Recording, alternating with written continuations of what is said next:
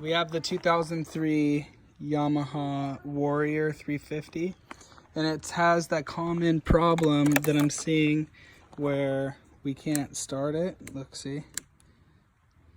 Nothing. What I found, so first we replaced the battery. That wasn't it.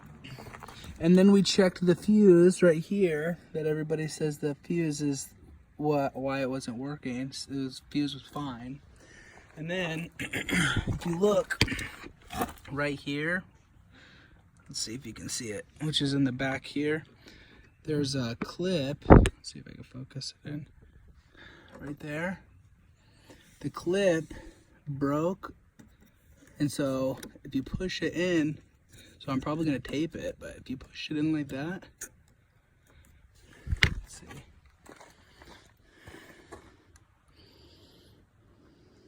Oh, ain't going all the way.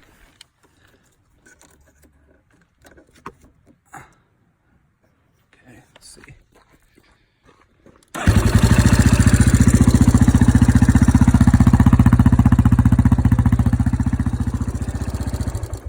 Anyways, you should probably tape that if that's what yours is doing, so good luck.